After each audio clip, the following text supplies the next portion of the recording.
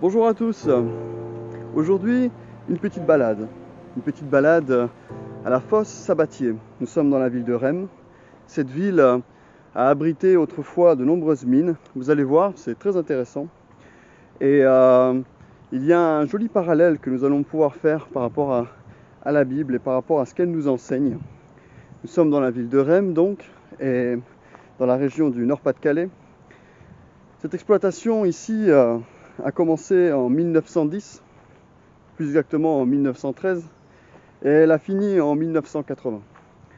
En 1986, ils ont tout rasé, tout détruit, et comme vestige de cette ancienne exploitation minière, il reste un terril, le terril numéro 174. Également un chevalement que nous allons pouvoir découvrir, ou un chevalet. Je vous laisse découvrir ça. A tout de suite.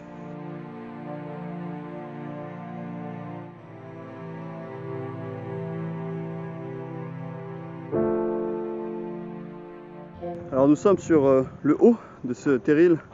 Le sommet a disparu, mais ils ont pu conserver une bonne partie de la structure de ce terril. Et c'est le dernier qui reste dans cette exploitation.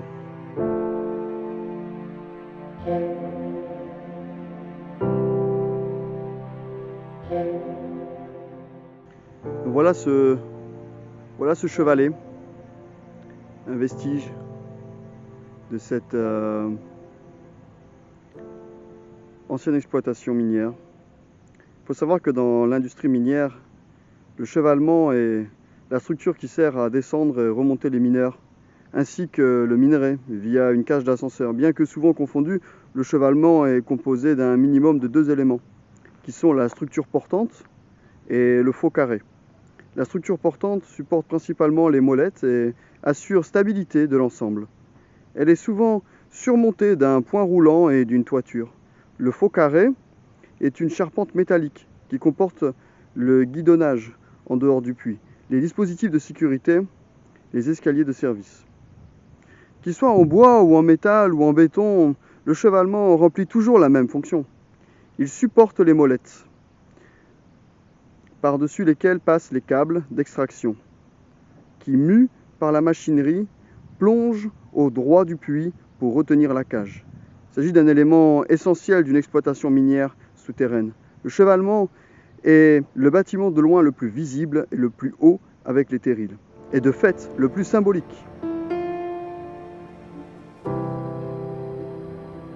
Depuis le premier jour où j'ai rencontré le Seigneur Jésus-Christ, j'ai toujours été animé par ce feu. Un feu qui m'a toujours poussé à le chercher. Un feu qui a été alimenté aussi par des personnes que le Saint-Esprit a mis sur mon chemin.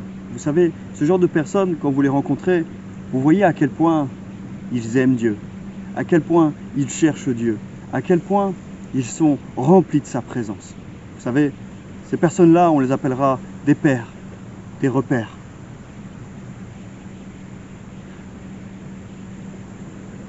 Je me rappelle ce premier pas. Le premier pas lorsque j'ai rencontré le Seigneur, que je lui ai donné ma vie, que le Saint-Esprit a dit à mon esprit que Jésus était mort à la croix pour moi, pour le rachat de ma vie, pour le pardon de mes péchés. Et toutes les promesses qui en découlent, qu'on découvre dans la parole de Dieu. Je me rappelle ce deuxième pas, où je me suis avancé dans les eaux du baptême, comme pour attester qui je suis, devant les hommes et devant Dieu, bien sûr. Et je me rappelle aussi ce troisième pas, celui de le chercher, de tout mon cœur, de toute ma force et de toute ma pensée. Je ne sais pas, et jamais je ne me permettrai de juger qui que ce soit. Mais je sais que ces 3 pas sont un cheminement logique de la vie du chrétien. Je ne sais pas si tu as fait le premier, le deuxième ou le troisième. Et je veux t'encourager aujourd'hui à faire ce pas de foi. Tu sais, la foi, Jésus dit que la foi est semblable à cela, à un minuscule, une graine de moutarde. Ce n'est pas plus grand que ce caillou. Et si on a la foi semblable à cette graine de moutarde, nous sommes capables de déplacer des montagnes. Ce terril est une montagne qui n'a pas été créée par Dieu, mais créée par l'homme. Ce que l'homme est capable de faire, ne crois-tu pas que Dieu est capable de le faire aussi? Cette montagne était dans les entrailles de la terre. L'homme cherchait du charbon, des minerais. C'était son trésor parce que ça a de la valeur, parce qu'avec cela, il peut acheter, il peut vendre, parce qu'avec cela, il peut s'enrichir. Il a déplacé toute cette montagne des entrailles de la terre et l'a mis un peu plus loin. Il a déplacé une montagne parce qu'il avait foi qu'il trouverait ces minerais. Et la Bible nous demande d'avoir cette foi, de croire qu'en cherchant, comme ces chercheurs de charbon, qu'en cherchant Dieu, nous pouvons déplacer cette montagne et comprendre ce que Dieu attend de nous. Ce trésor, c'est Jésus. Jésus qui est le chemin, la vérité et la vie. Ce trésor, c'est Dieu qui a tout créé. Il a créé l'univers, la terre, les animaux, la faune, la flore, tout. Il les a soumis à l'homme. Nous sommes la prunelle de ses yeux. Ce trésor, c'est le Saint-Esprit consolateur, cet esprit de vérité qui a été envoyé pour que l'homme puisse être conduit. Ce Saint-Esprit est semblable à ce chevalement que nous avons vu tout à l'heure. Vous avez vu cette structure énorme, dotée de ces roues et de ces câbles qui permettaient de monter les mineurs, de les descendre et de les ramener vers le haut, de ramener également tous les minerais qu'ils étaient capables d'extraire. Ce chevalement est un point central de la logistique d'une exploitation minière. Mais le Saint-Esprit est une logistique que Dieu, que Jésus nous a envoyée. Nous ne sommes pas seuls. Il nous aide par son Saint-Esprit à le chercher. Je pense que c'est le but de tout homme, de toute femme, qui un jour a fait la profession de foi, qui un jour a déclaré qu'il acceptait Jésus dans sa vie. Je ne veux que t'exhorter aujourd'hui pleinement à le chercher de tout ton cœur, de toute ta force et de toute ta pensée. Il y a un passage dans la Bible que vous connaissez bien, nous pouvons le prendre ensemble, c'est dans Matthieu au chapitre 13, au verset 44, il me semble. Le royaume des cieux ressemble à un trésor, caché dans un champ. Un homme découvre ce trésor et le cache de nouveau.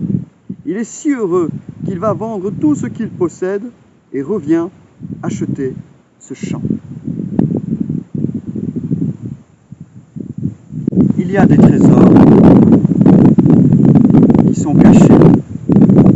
Pour le découvrir, il te faut prendre ta pelle, mon ami, et creuser. Dans cette histoire, ce n'est pas seulement l'histoire d'un homme, effectivement, mais l'histoire de 3 hommes, car ce trésor appartenait bien à quelqu'un. Un jour, un homme a caché un trésor dans un champ et l'a laissé. Ce trésor n'est pas arrivé dans ce champ tout seul.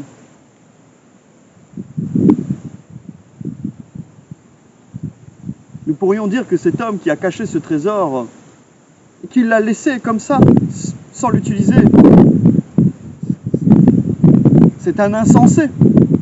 Nous l'appellerons donc un insensé, mais c'est également aussi l'histoire d'un homme qui possède ce champ, mais qui ne sait pas qu'il y a un trésor dedans.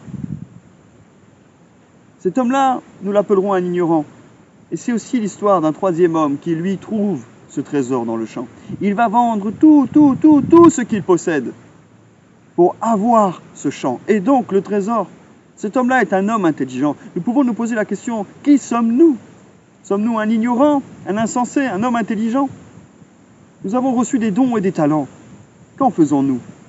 Nous les laissons simplement dans ce champ, semblable à cet homme qui un jour a enterré ce trésor. Et nous pourrons le connecter bien sûr avec la parabole du talent. Plusieurs ont reçu des talents. Certains ont fait fructifier leurs talents et certains ne l'ont même pas fait fructifier. Certains ont reçu un talent. Lorsque le maître vient, lorsque Dieu viendra, il dira, voilà, le talent que tu m'as donné, je te le rends. Je te le rends, semblable à cette pierre. Je l'ai gardé, tu me l'as donné, je te le rends intact. Mais le maître dira, mauvais serviteur, je t'ai demandé de faire fructifier ce que je t'avais donné. De un talent, tu aurais pu le faire fructifier, le mettre en banque, avoir des dividendes, obtenir plusieurs talents. Certains ont fait cela. Ils ont multiplié ce qu'ils avaient reçu et ont été bénis par Dieu. Ils ont reçu de plus grandes responsabilités. Ce talent, c'est juste une petite responsabilité que Dieu te donne. Mais si tu es fidèle dans les petites choses, tu seras fidèle dans les grandes. Nous sommes appelés à multiplier. Nous sommes appelés à marcher. Nous sommes appelés non pas à stagner, mais à œuvrer. Je t'invite à prendre ta pelle, mon ami, et à creuser, à le chercher et à découvrir ce qu'il a de prévu pour toi. À bientôt.